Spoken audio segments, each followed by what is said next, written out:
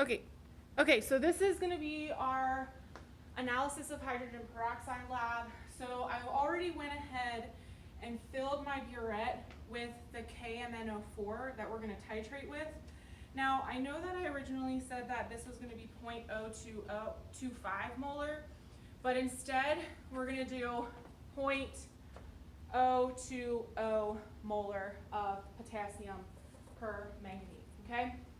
So I've got my pipette ready. I rinsed it out with water. I rinsed it out with KMNO4. Now I have to make my solution of hydrogen peroxide. So I'm doing 1 milliliter of hydrogen peroxide, drugstore bought, around 10 milliliters of 3 molar sulfuric acid, and then water, okay?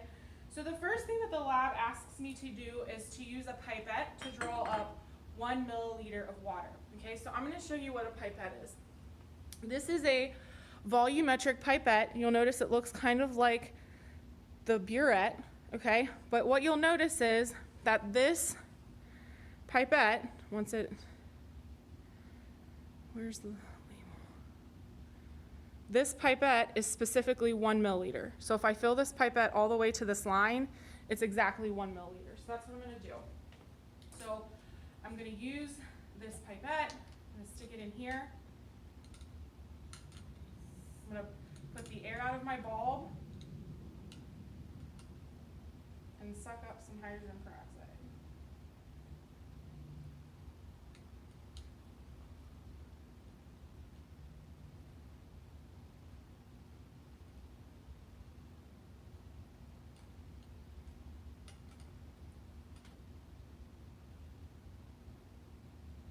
Nope, there it goes. Okay, now I went past the line, so I gotta put some out. Okay, there we go.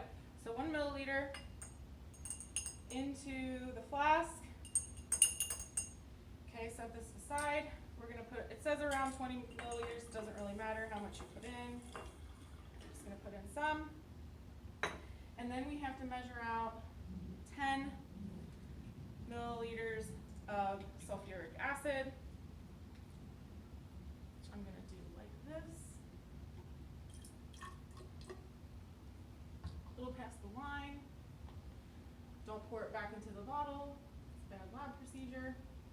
Okay, 10 milliliters into the flask. So then we do that. And then I'm ready to titrate. So let me get these guys out of the way so you can see me titrate. So you'll notice, like we said before, the potassium permanganate is that deep purple color, okay? We want a light pink. That tells us our end point. So I'm gonna turn my stirrer on here. If I'm not plugged in.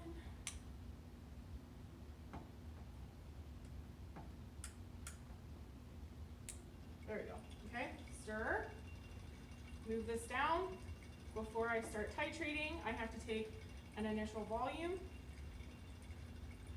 I am not at eye level, so I'm gonna move it out this way. And I am at 2.90. So starting 2.90 is the start of trial 1. And now let's titrate. I know I said I was going to play music last time, but I forgot.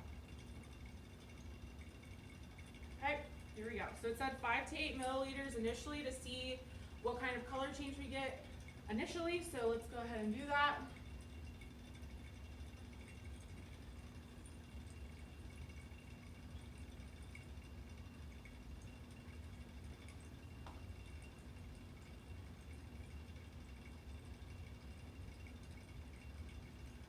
Well, so it turned purple right away.